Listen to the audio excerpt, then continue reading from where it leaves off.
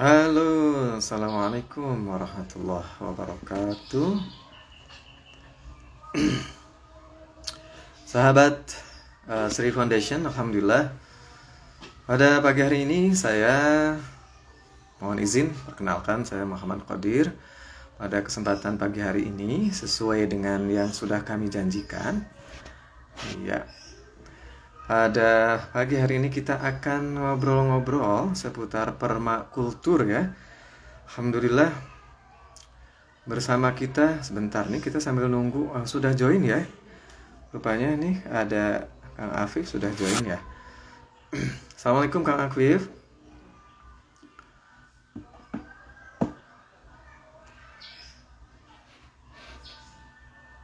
Mana nih Kang Afifnya, belum kelihatan. Oke, go live ya. Nih.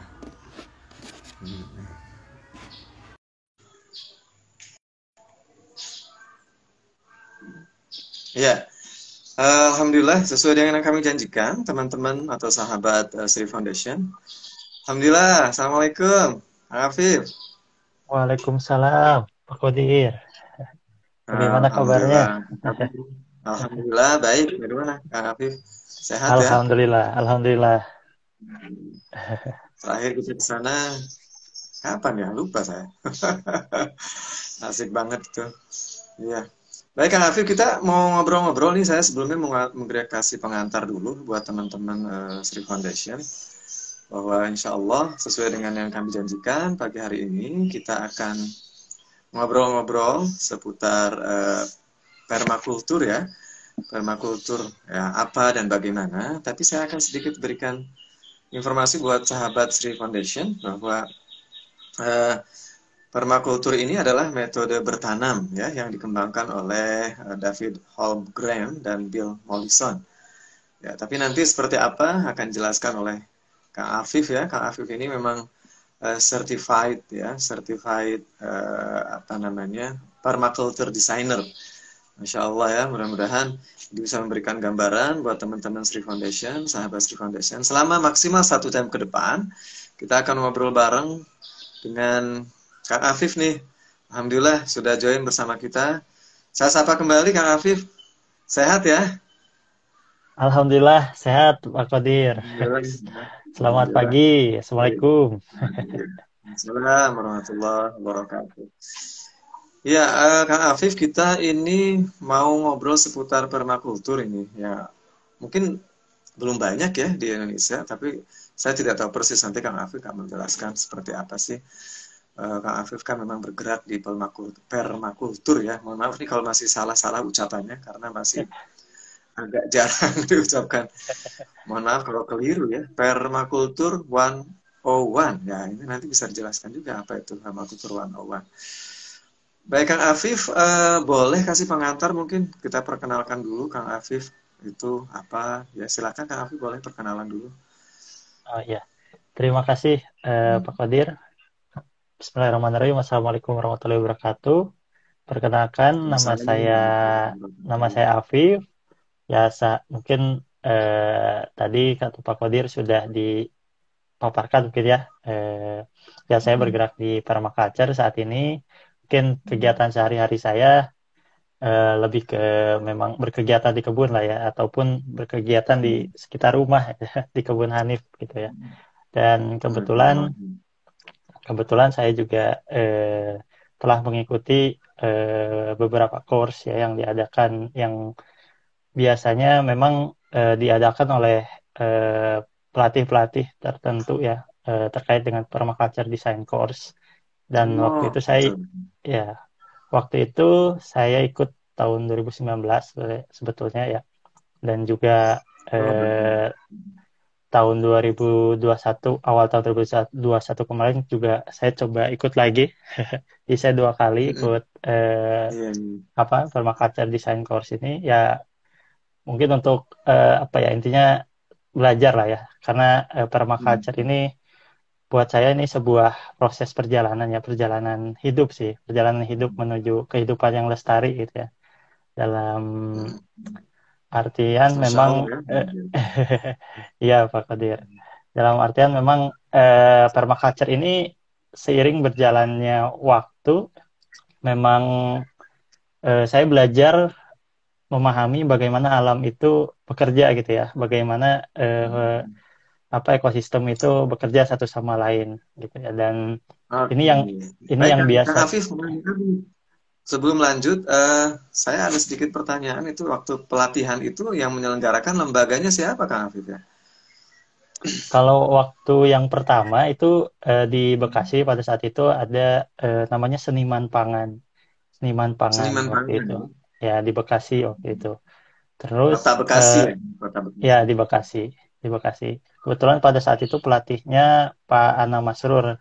Sekarang guru permakacar Hmm. di Indonesia lah salah satunya. Terus juga Hmm. yang kedua ini yang tahun 2021 itu online sebetulnya itu diselenggarakan oleh ARMP, Akademi Rakyat Hmm. Mandiri Pangan.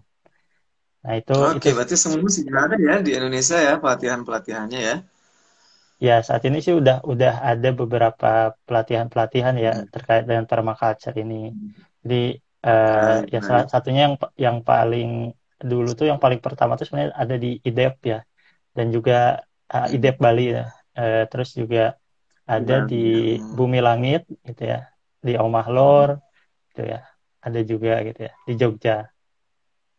Oke. Kalau boleh tahu ada member apa namanya? Ya semacam grup gitu komunitas untuk permakultur itu apakah ada di Indonesia? Oh Semacam iya. komunitas ya, kalau kita bilang WA group lah mungkin begitu kurang lebih. Oh, iya iya ya. Kalau untuk komunitas sendiri mungkin ada sebetulnya di Facebook ya. Di Facebook ada Hmm. Permaculture Indonesia itu orang-orang yang memang berkecimpung di permaculture gitu ya, yang bergerak di kegiatan permaculture. Kalau di grup WA sendiri itu mungkin lebih ke apa kita biasanya yang tuh sudah mengikuti permaculture design course itu ada grup gitu ya, ada grup untuk apa komunitas Oke, yang memang sudah terus mengikuti ikut pelatihan course dulu itu ya, gitu ya kursus untuk dulu saling ya. sharing ya untuk saling sharing, untuk saling berbagi pengalaman gitu ya. Itu ada sih grupnya biasanya di WhatsApp. Baik, berarti untuk bisa masuk itu harus minimal ikut kursus ya, kursus permaculture yang tadi disampaikan oleh Kang Afif. Baik Kang Afif, langsung saja ini tadi saya cuma ingin, penasaran aja sebenarnya lembaga-lembaga yang sudah ada di Indonesia untuk permaculture ini seperti apa dan sudah berapa banyak sih sebenarnya yang sudah ada di Indonesia. Baik, sebelum nanti ke sana, sekarang boleh Kang Afif menjelaskan kembali apa sih sebenarnya permaculture itu, kemudian apa dan bagaimana. Ya, mungkin bisa dibicarakan dulu sejarahnya seperti apa. Ya, silakan Kang Afif lanjutkan. Oh ya. Berkaitan dengan permaculture, sebetulnya permaculture itu kalau di Indonesia itu sebetulnya kita bisa bisa lihat ya budaya kita yang zaman dulu ya, yang itu budaya nenek moyang kita sebetulnya itu permaculture sebetulnya yang sebelum Oh, ada begitu. ya, yang sebelum ada waktu itu memang kakek nenek moyang kita memang bercocok tanam di halaman rumah dan dengan berbagai jenis tanaman gitu ya di depan rumah, mulai tanaman-tanaman buah-buahan gitu ya yang ada di depan rumah. Jadi kalau berbicara tentang permaculture sebetulnya ini bukan hal yang baru ya. Jadi memang sesuatu yang Yang baru ya. eh, ya sesuatu yang sudah dilakukan oleh kakek nenek moyang kita dahulu gitu ya. Bercocok tanam mengikuti pola-pola alam yang ada gitu ya. Apa namanya, working with nature rather than against it gitu ya. Jadi kita bekerja bersama alam gitu ya. Permaculture itu sendiri memang sebuah istilah yang dikenalkan oleh Bill Mollison ya pada saat itu dan juga David Holmgren. Jadi pada awalnya itu Bill Mollison itu kan salah seorang profesor ya di University of Tasmania. Itu apa melakukan sebuah penelitian mungkin ya penelitian terkait dengan pada saat itu salah satu hewan yang ada di apa namanya di hutan gitu ya, di hutan salah satu ya itu hewan marsupial gitu ya. Kenapa dia bisa apa bisa bertahan hidup di hutan yang liar, yang wild gitu ya, tapi dia bisa mendapatkan makanan dari situ. ternyata dia menyimpan makanan gitu ya. Dan ketika hewan itu menyimpan makanan di kantungnya, lalu dia makan dan dia meninggalkan benih-benihnya gitu ya. Ataupun ketika dimakan kan menjadi dicerna gitu ya, menjadi kotoran dan kotorannya keluar itu menjadi akhirnya menjadi tanaman gitu ya, menjadi bibit gitu ya, yang biji yang tadinya dimakan itu gitu ya. Dan pada saat itu Bill Mollison itu heran gitu ya kenapa bisa seperti itu. Akhirnya beliau mengadakan sebuah perjalanan ke berbagai benua gitu ya, ke berbagai negara. Mereka mendatangi indigenous people gitu ya, ataupun suku-suku adat yang ada di situ gitu, yang ada di sekitar sana, yang kenapa mereka tanpa mengikuti istilahnya sistem ya, tanpa mengikuti sistem yang ada di dunia pada saat itu, tapi mereka bisa hidup resilience atau berketahanan pangan gitu ya, berketahanan pangan. dan Itu di dan negara mana akhirnya ya? sebetulnya di setiap negara itu memang suku-suku adat itu ada ininya, Mas. Ada ininya Pak, punya ciri khas tersendiri ya untuk dalam rangka untuk mempertahankan hidupnya gitu ya, atau ketahanan pangannya masing-masing gitu. Salah satu contohnya kan termasuk beliau juga ke Indonesia katanya gitu, dan Oh gitu ya. mempelajari suku adat yang ada di Indonesia, di Borneo kalau nggak salah. Nah itu Kalimantan tadi ya. akhirnya ya, dan akhirnya membuat sebuah buku lewat disertasi. Sebetulnya disertasi dari mahasiswanya itu David Holmgren sebetulnya. Nah, lewat disertasinya itu akhirnya merancang sebuah konsep yang dinamakan permaculture gitu ya. Yang mana permaculture ini berasal dari kata permanen culture ataupun permanen agriculture gitu ya. Yang mana permanen ini adalah sesuatu yang berkelanjutan, yang terus-menerus, yang permanen gitu ya. Sedangkan culture ini adalah budaya gitu ya. Ataupun agriculture yang mana agri ini adalah tanah, culture ini budaya. Sehingga budaya berbasis tanah gitu ya, yang berkelanjutan, yang lestari gitu ya.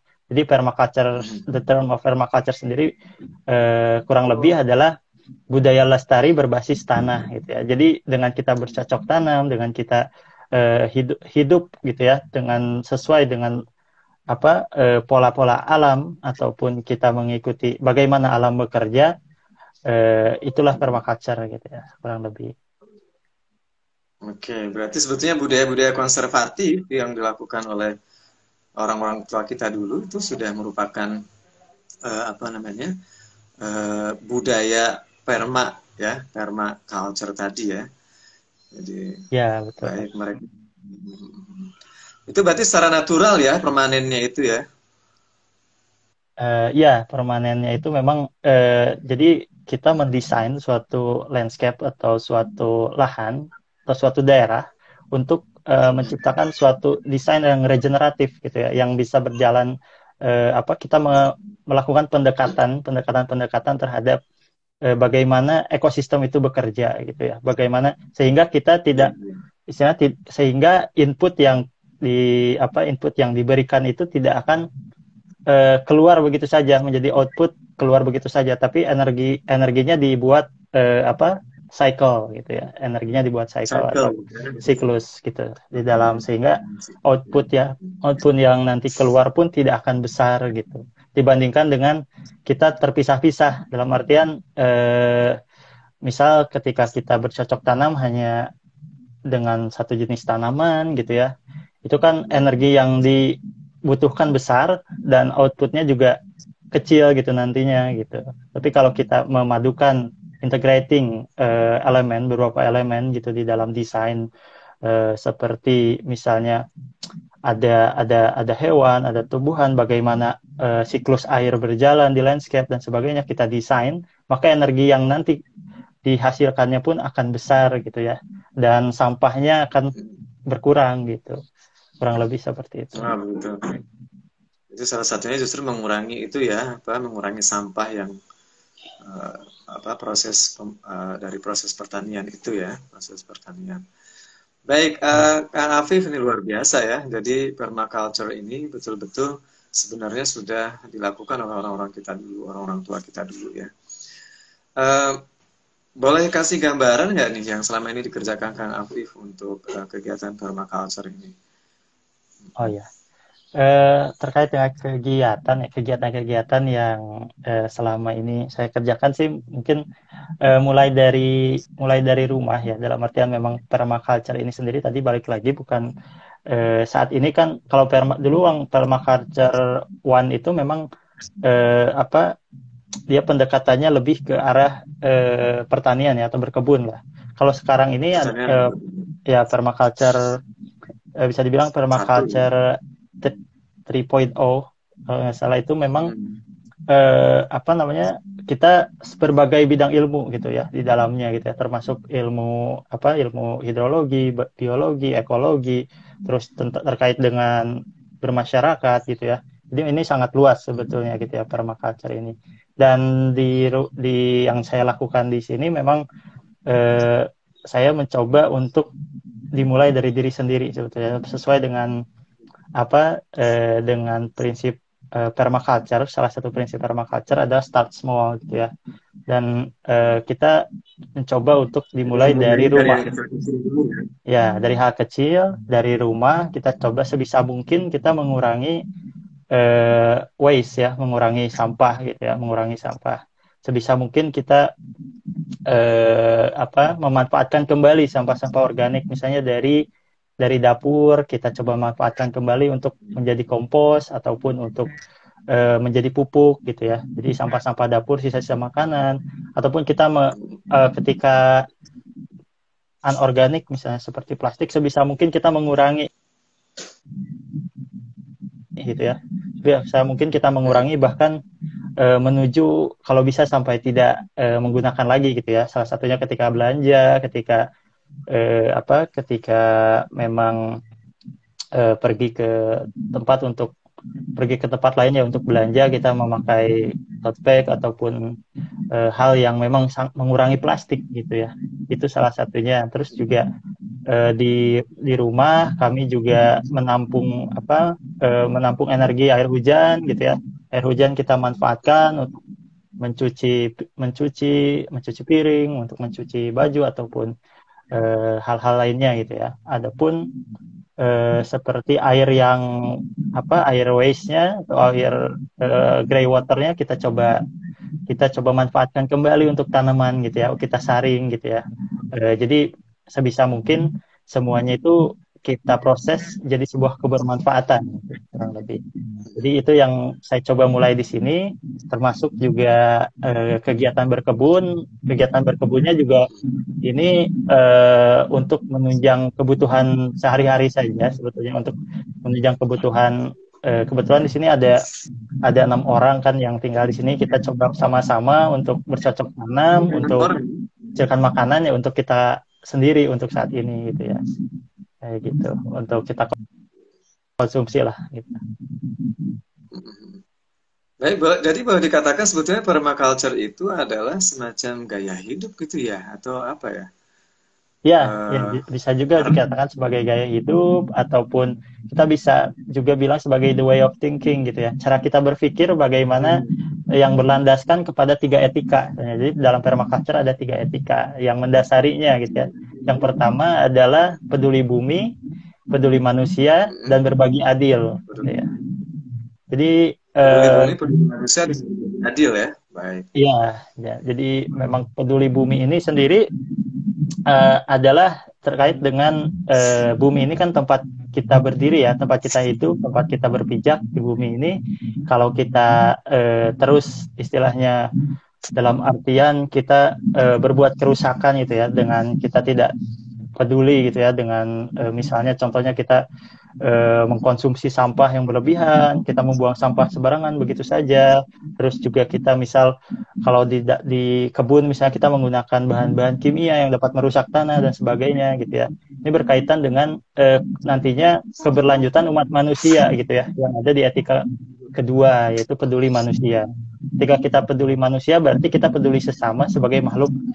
Manusia itu kan dalam artian interdependence ya, kita bergantung kepada environment, kepada sesama manusia. Ketika dua aspek tadi tidak terpenuhi dalam artian sehingga bagaimana dengan keberlanjutan hidup anak cucu kita nanti gitu istilahnya. Yang ketiga baru fair share, itu berbagi adil dan juga peduli masa depan. Ketika kita bisa berbagi adil dengan dengan bumi, dengan manusia gitu ya, dengan sesama kita, bahkan dengan makhluk-makhluk yang ada di muka bumi gitu ya, seperti hewan, tumbuhan, sebagainya, itu juga dapat menunjang untuk keberlanjutan anak cucu kita nanti gitu ya. Jadi memang ini sebuah sebuah ilmu ataupun sebuah cara berpikir kita untuk berpatok kepada 3 etika itu ketika kita hidup di bumi gitu ya. Baik, ini sebetulnya kalau kita bicara tentang amanah ya, diciptakannya manusia itu kan salah satunya adalah dalam rangka menjaga lingkungan, kemudian menjaga bumi ya. Jadi berarti sebetulnya permaculture ini secara natural sudah ada dalam diri manusia ya, yang tinggal reaktifkan kembali mungkin. Ya, jadi bukan ilmu baru sebenarnya ya, Pak Afif ya sebenarnya, karena tadi sudah disampaikan bahwa orang tua kita dulu sudah melakukan itu. Ya. Baik Kang Afif, kalau saya katakan ini adalah sebuah metode, kira-kira bisa nggak ya itu bahwa permaculture ini sebuah metode? Tadi kan saya sampaikan sebuah metode juga bisa sebetulnya, karena memang yang fokus di permaculture ini sebetulnya ada desain sebetulnya. Bagaimana kita melakukan atau mendesain suatu landscape tanpa kita merusak keadaan lingkungan yang ada di sekitarnya gitu ya. Tapi kita membantu agar ekosistem itu tercipta kembali gitu. Misalnya kan ketika dengan mengikuti pola-pola yang ada di alam gitu ya. Salah satu contohnya adalah kadang kita tidak menyadari bahwa sebetulnya di pola yang ada di alam itu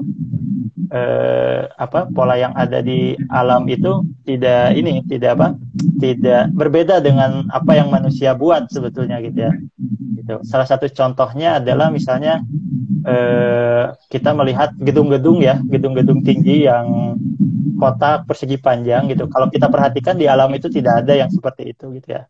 Jadi kalau kita lihat rumah-rumah adat zaman dahulu kan memang kenapa bentuknya unik seperti itu, karena ada fungsinya gitu. Salah satu contohnya itu mengikuti pola-pola alam gitu ya. Termasuk dengan cara kita mendesain kebun itu seperti apa. Karena misalnya di kebun itu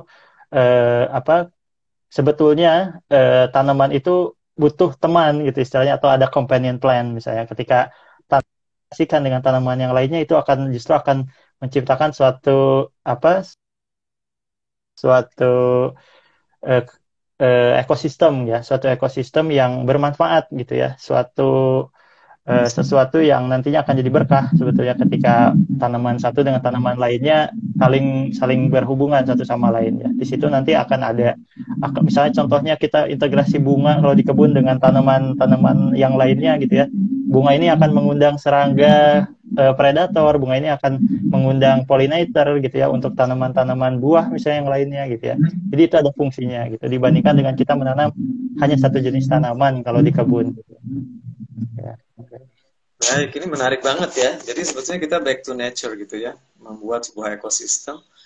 Tapi juga kan tidak mudah ya Kang Afif, harus ada ilmunya gitu. Ilmu minimal kita tahu ilmu alam gitu ya, ilmu biologi, ilmu pertanian, atau ilmu tentang bagaimana sebuah ekosistem itu bisa berjalan sehingga rantai-rantai atau jaring-jaring makanan itu juga bisa berjalan dengan seimbang gitu ya.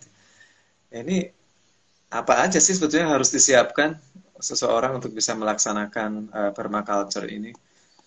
Oh iya, sebetulnya simpel sih sebetulnya, karena kita bisa mulai dari ketika kita ingin selaras dengan alam, kita bisa melakukan melakukan observasi gitu ya, dan berinteraksi dengan alam itu sendiri gitu ya, sehingga kita bisa mengetahui pola yang ada di alam itu seperti apa, dan kita bisa sebisa mungkin menyesuaikannya. Dan itu salah satu prinsip di dalam permaculture. Prinsip yang pertama adalah observe and interact gitu ya, sehingga kita bagaimana kita mau selaras alam kalau kita tidak tahu gitu ya keadaan alamnya itu sendiri seperti apa gitu ya. Sehingga yang paling pertama dilakukan adalah observe and interact gitu.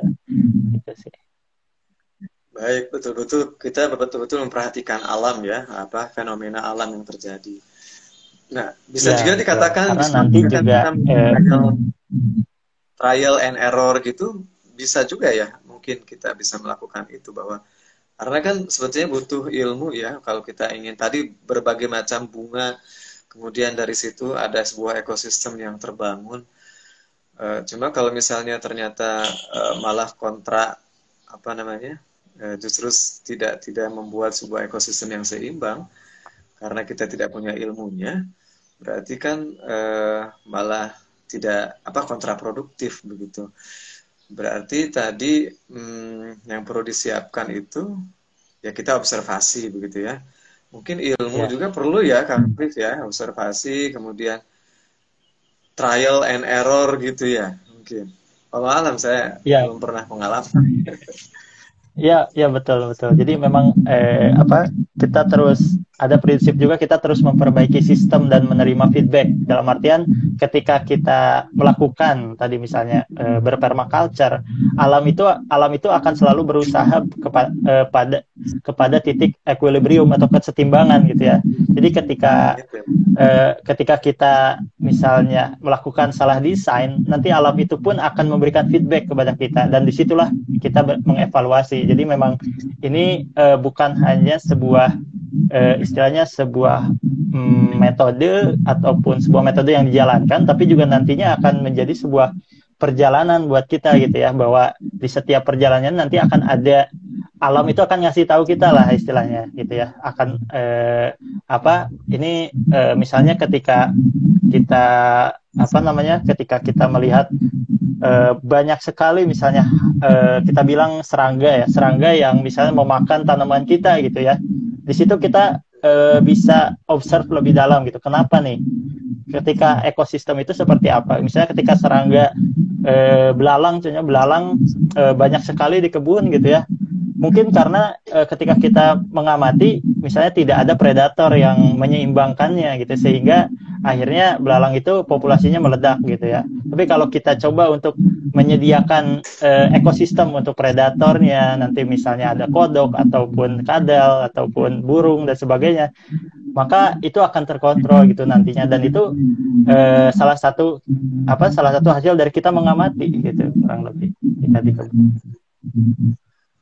Baik, ini menarik banget. Nah, itu kan kalau kita punya kebun ya, punya tanah gitu. Sekarang kan kalau apalagi di perkotaan ini kan tidak mudah kita kira-kira ada gambaran nggak sih kalau di perkotaan kita mengimplementasikan permaculture itu seperti apa? Kalau di desa-desa yang masih banyak tanah gitu ya, halaman luas, kita bisa melakukan observasi, kemudian sampah-sampah organik bisa kita kompos, disimpan di lubang tanah segala macam. Tapi kalau di perkotaan ini kira-kira bagaimana sih sebenarnya kita bisa mengimplementasikan permaculture, Kang Afif? Oh ya. Jadi permaculture ini sendiri sebetulnya tidak tidak terbatas oleh tempat sebetulnya. Jadi kan ketika misal di perkotaan ada teman saya yang berpermaculture itu malah di apartemen gitu ya, di balkoni rumah dia balkoni apartemen gitu ya. Itu ada Mbak Berry namanya itu. Dia di balkoni apartemen bisa menanam berbagai jenis tanaman gitu ya, dan sayuran gitu ya, bahkan ada pohon gitu. Dan suatu saat ada burung yang hinggap ke tempat dia gitu, di apartemennya itu kan ada burung, ada lebah, ada apa. Jadi sebetulnya tidak terbatas dengan tempat. Yang penting adalah kita tetap berpatok kepada 3 etika dan prinsip-prinsip yang ada di permaculture itu sendiri gitu ya. Jadi karena kita working with nature tadi, kita sebisa mungkin melihat gitu ya bagaimana alam itu bekerja, kita coba terus kreatif gitu ya. Jadi ada prinsip creativity juga di permaculture itu. Jadi kita sebisa mungkin kreatif dimanapun kita berada, dan kita bisa menyesuaikan dengan lokasi atau environment yang ada di situ gitu ya.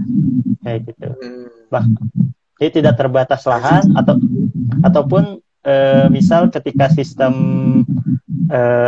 misalnya dalam artian kita tidak bisa memenuhi kebutuhan pangan, di dalam permaculture itu sendiri ada social permaculture gitu ya, yang mana kita bisa saling bekerja sama misalnya dengan tetangga atau dengan tetangga-tetangga di sekitar kita untuk sama-sama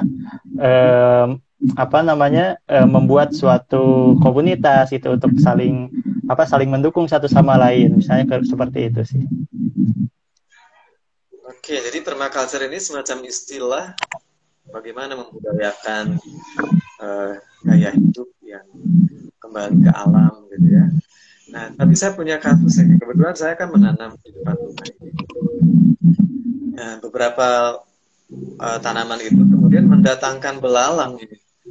Nah, kita bagaimana sih membedakan belalang itu sebagai sebuah ekosistem dan dia sebagai sebuah hama gitu, sebagai hama yang mengganggu tanaman. Jadi kadang-kadang apa yang kita lakukan udah kita usir aja kan gitu, karena dia memakan daun-daun itu.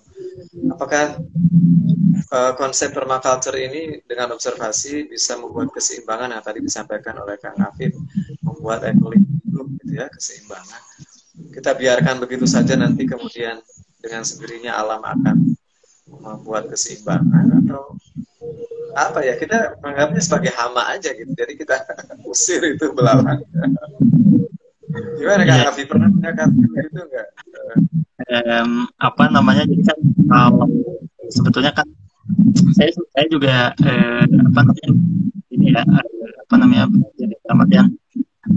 belajar terkait dengan khususnya ketika seorang muslim ya, dan seorang muslim ketika bercocok tanam ada tanaman yang dimakan oleh serangga, itu kan sedekah intinya gitu. Dan ada sebuah penelitian juga yang dengan ulat yang memakan daun, dan kotoran ulat itu jatuh ke tanah, dan itu sebetulnya paling terbaik gitu ya, pupuk terbaik bagi tanaman itu sendiri. Sebenarnya pernah membaca suatu jurnal, dan itu luar biasa gitu, ketika menciptakan makhluk itu tidak dalam kesia-siaan semuanya itu. Dan ketika misalnya contohnya tadi belalang itu hidup di situ, memang pasti ada sebab kenapa belalang tinggal di situ, dan itulah waktunya untuk kita observasi gitu ya, dan suatu saat kita akan menemukan jawabannya seperti apa. Apakah belalang itu suatu saat memang akan ada bagian kita ya. Pengalaman saya di kebun, tanaman saya habis, tapi setelah maaf ini agak putus-putus ya suara. Oh iya. Mungkin halo Pak Fadil, cek. Ya baik, sekarang jelas, silakan. Oh iya ya, jadi ketika kita ya, it's not a problem ketika ada serangga yang memakan tanaman, kita tinggal amati saja dulu gitu ya. Memang ini juga salah satu pelajaran kita untuk bersabar gitu ya. Bersabar dalam artian biasanya kan ketika dengan sistem pertanian bahan kimia kan, kita tanpa sadar itu merusak ekosistem. Satu contohnya ketika serangga mati ya, ketika salah satu serangga mati, dan pada akhirnya ada ekosistem lain, ada serangga ataupun hewan lain yang tentunya memakan di punah misalnya, ataupun bahkan akhirnya tidak ada lagi. Dan ketika kita berusaha untuk observasi terus coba memperhatikan bagaimana bagaimana ini terus-terusan berada pada titik keseimbangan, nanti akan menemukannya gitu. Saya berdasarkan pengalaman saya di kebun, saya menanam satu tanaman pada saat itu dan habis oleh ulat waktu itu. Jadi saya perhatikan gitu. Ternyata setelah tanamannya habis, tanaman itu tumbuh lagi dan bahkan lebih bagus gitu ya. Ataupun kita juga bisa dengan cara di alam, kita bisa tahu ketika misal ada halang yang berlebihan, bisa dikontrol misalnya dengan musuh biologis, musuh alami, ya. Jadi agen hayati gitu. Juga misalnya ketika di alam agen hayati di patogennya misalnya itu ada bakteria, itu bisa digunakan juga mengontrol belalang, dan juga salah satu metode kita mengikuti pola-pola misalnya ada jamur patogen biasanya menginvasi belalang gitu. Coba untuk kontrol. Nah, itu juga bisa salah satu contohnya. Kita bisa mendatangkan indikator seperti misalnya ketika ada banyak belalang gitu, kita bisa gunakan ayam suka belalang gitu. Itu juga bisa kita manfaatkan gitu ya dalam desain. Iya. Jadi betul-betul alam itu kemudian menciptakan keseimbangan dengan sendirinya ya. Tapi tentu ada yang mengatur ya, Allah Subhanahu wa Ta'ala dalam hal ini. Nah, ini semakin menguatkan kita juga ya, berarti Kang Afif, ketika kita dekat dengan alam, kemudian muncul keseimbangan-keseimbangan baru dari sesuatu yang memang secara natural, kita tidak ada tambahan-tambahan unsur-unsur sintetis lainnya, misalkan tadi unsur kimia segala macam, maka kemudian alam menciptakan keseimbangan, dan ini luar biasa ya. Kadang kita maunya instan nih, sekarang ini kan banyak orang-orang itu yang maunya instan, segala sesuatu itu kalau bisa mah cepet gitu namanya. Halo Pak Qadir. Halo, terdengar? Halo Pak Qadir. Afif? Ya, terputus-putus suaranya? Ya. Saya nggak tahu nih dari mana nih persoalannya nih. Jaringannya. Baik, tapi menarik ya. Jadi betul-betul kita tuh harus kembali ke alam, ya. Gaya hidup kita natural, begitu ya Kang Afif ya. Tidak banyak lagi menggunakan sesuatu yang dari unsur kimia yang mengganggu ekosistem, justru mengganggu keseimbangan segala macam. Tapi saya tadi sampaikan bahwa sekarang ini kan orang maunya instan ya, segala sesuatu kalau bisa cepet gitu. Kalau saya bayangkan permaculture ini kan sebuah proses yang cukup panjang ya. Nah, sementara kalau untuk sebuah produksi pertanian yang ingin mendapatkan hasil yang cukup banyak, ini bisa nggak sih permaculture ini diimplementasikan? Jadi kalau untuk skala yang luas ya, skala luas ini sebetulnya bisa saja, tapi memang ada tadi asalkan sesuai dengan dengan etika dan prinsip-prinsip yang ada. Dan misalnya salah satu contohnya sebetulnya di permaculture sendiri juga ada sistem sosial ekonomi gitu yang bisa kita lakukan gitu ya, kita lakukan di masyarakat misalnya ya. Salah satu contohnya misalnya dalam berbasis komunitas, satu kebun pangan ya, berbasis komunitas, atau bisa kita CSA gitu ya, support culture itu salah satu, sebetulnya itu salah satu pendekatan juga ya, di culture juga. Kebetulan istri saya Aca sempat penelitiannya terkait itu ya, penelitian kuliahnya terkait dengan CSA. Jadi bagaimana caranya kita itu tetap dapat memenuhi kebutuhan pangan, tetapi berlandaskan kepada etika tadi, peduli bumi, peduli manusia, dan berbagi adil. Ya. Misalnya salah satu contohnya dengan CSA tadi itu kita bisa kita bisa membuat suatu sistem yang mana biasanya kan ketika petani itu biasanya misalnya untuk petani yang jabatan atau petani yang yang membutuhkan modal, tapi misalnya sekarang banyak modal-modal yang tapi petani itu kan sebetulnya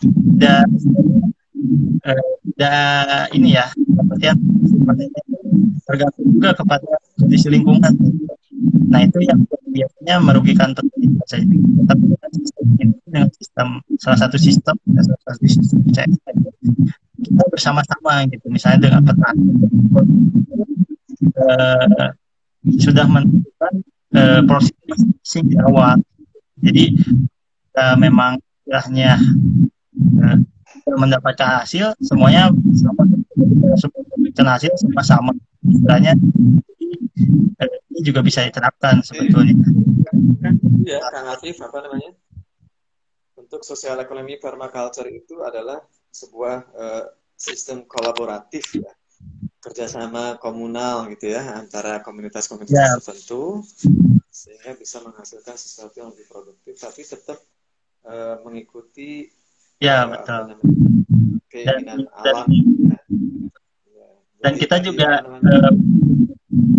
juga perlu memperhatikan jejak karbon yang kita ciptakan, misalnya ketika di sini berbasis komunitas cakupan wilayahnya memang kita batasi gitu, bayarnya kita batasi sehingga karbon footprint yang nanti dihasilkan pun tidak akan banyak gitu. Tapi kita berusaha untuk memenuhi kebutuhan pangan. Nah, misalnya di Jakarta, contohnya kayak gitulah.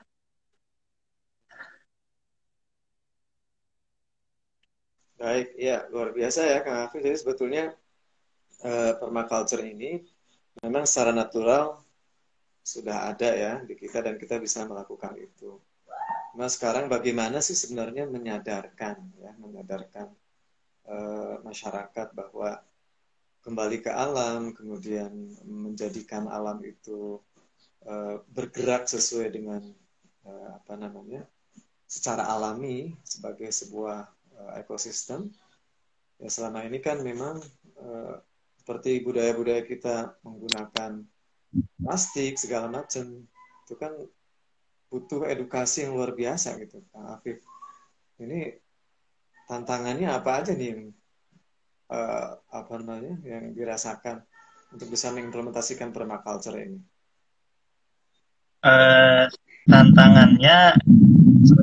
Tantangannya itu memang dengan diri sendiri, dalam artian dengan jiwa kita sendiri gitu, dengan kesiapan kita, karena memang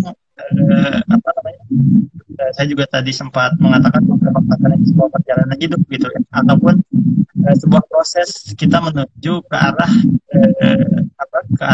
lebih baik dan lebih baik lagi gitu. Atau bisa kita bilang kalau dalam Islam tazkiyatun nafs, berusaha untuk jadi pribadi yang lebih baik, dan itu merupakan sebuah proses gitu ya, sebuah proses yang dalam perjalanannya tentu banyak juga itu yang yang itu ada nafsu gitu ya, berkaitan dengan nafsu gitu.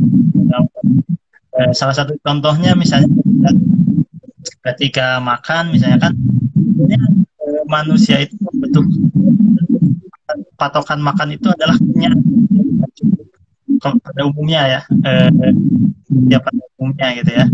Padahal ketika pelajari bahwa kebutuhan makanan yang kita itu cukup untuk itu ya, bukan dikenyangkan. Jadi memang tantangannya itu salah satu contohnya terkait dengan berusaha untuk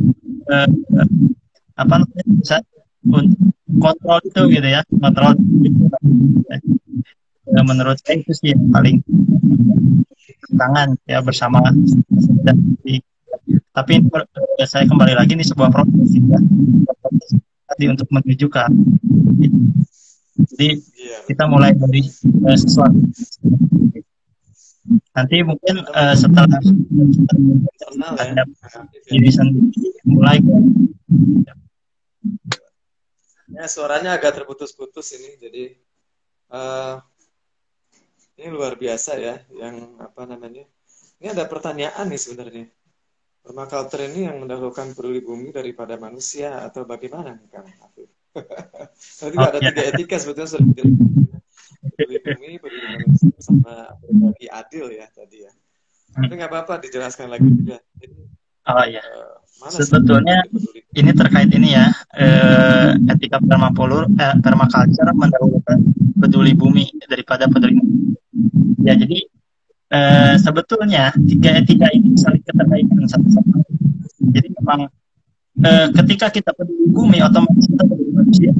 Karena apa namanya, bumi ini dalam satu kesatuan, dalam artian semua ekosistem yang ada di bumi ini, gitu. Kita peduli kepada semuanya, dan peduli manusia ini ada hubungannya dengan peduli bumi.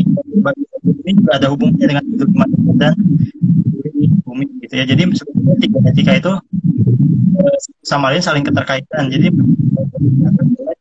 peduli bumi hanya bumi sebenarnya, tapi ketika terhadap bumi itu otomatis peduli terhadap manusia juga, peduli terhadap masa depan, dan kurang lebih itu. Artinya kalau menyelamatkan bumi, secara otomatis kita menyelamatkan manusia sebetulnya ya. Ya, Nah ini kan saya coba ulangi lagi bahwa tantangan itu dari internal ya, bagaimana kita bisa membiasakan diri kita, membuat budaya kembali ke alam, kemudian jauh dari penggunaan banyak plastik dan sebagainya. Tapi dari tantangan eksternal ini, kan di sekitar kita ini dianggap aneh kalau misalnya apa sih ngapain nggak penting banget itu pakai ngumpulin sampah kemudian segala macam. Bagaimana kita apa menanggapi itu tantangan eksternal itu ya? Karena itu perlu edukasi juga bagi masyarakat sekitar kita. Kira-kira gimana Kak Hanif untuk edukasi ini? jadi kalau kalau saya pribadi ke arah ketika kita melakukan sesuatu, sebetulnya ada sesuatu yang berada di circle kita, dan ada sesuatu yang di luar situ, maksudnya di out of our circle gitu. Jadi jika memang di dalamnya permaculture ini kita misalnya apa, tunjuk diri, dalam artian kita mencoba dimulai dari diri sendiri, apa, ketika memang dari diri sendiri, apa istilahnya, kita perbaiki dulu diri kita.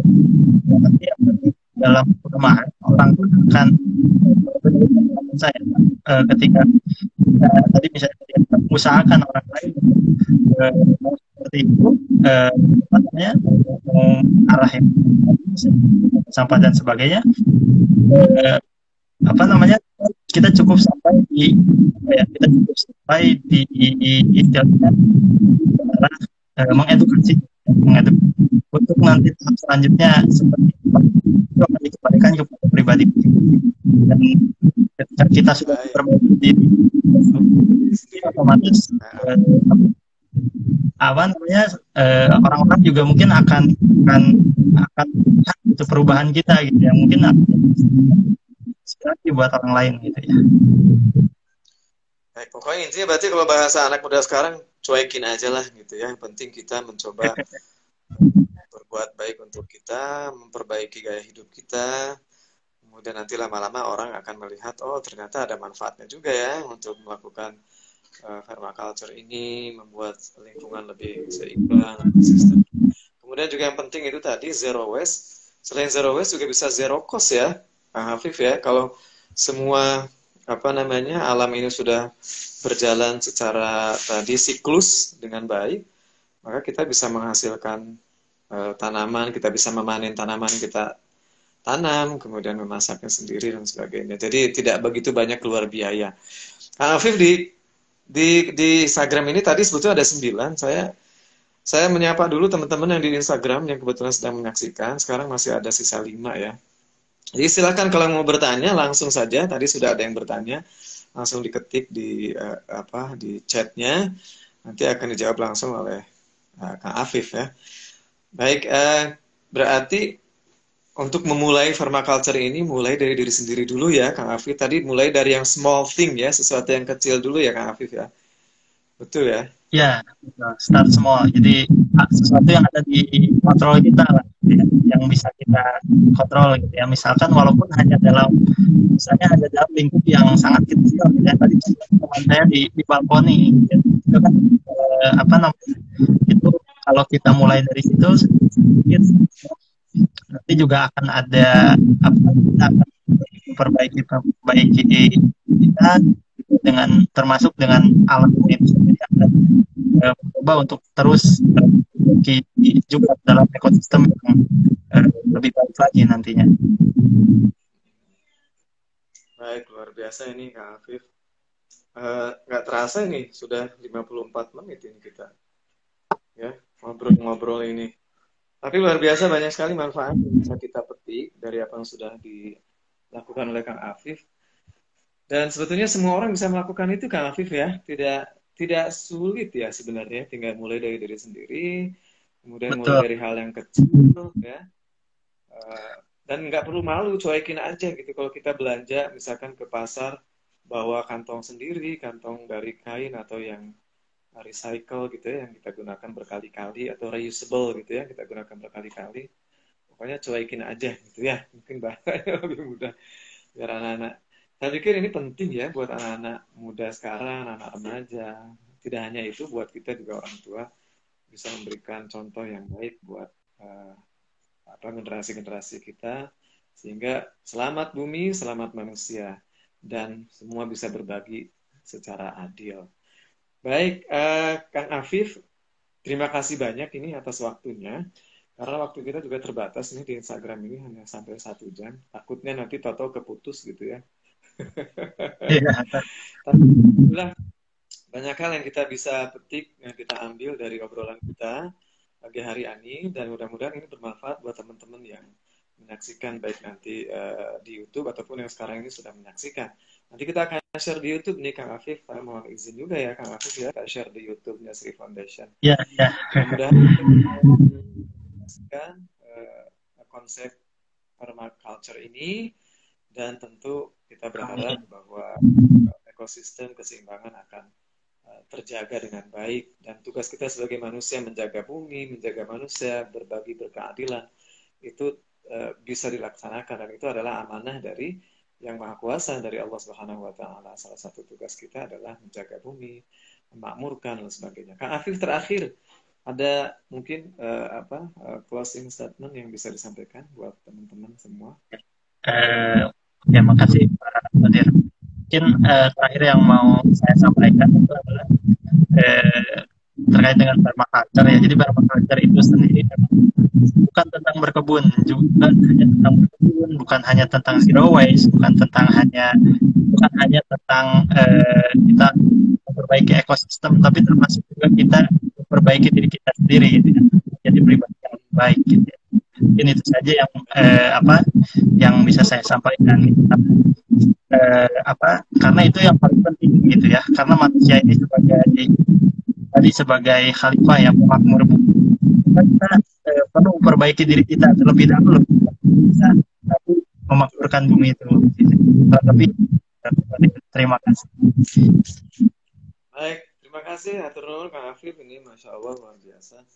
Jadi banyak sekali nilai-nilai tadi ya yang disampaikan oleh Kang Afif. Jadi tidak hanya sebatas kita menanam, membuat ekosistem, tapi menjadikan diri kita sebagai manusia yang lebih baik untuk diri kita dan untuk orang lain ya. Sebaik-baik manusia adalah yang paling bermanfaat buat orang lain juga ya Kang Afif ya.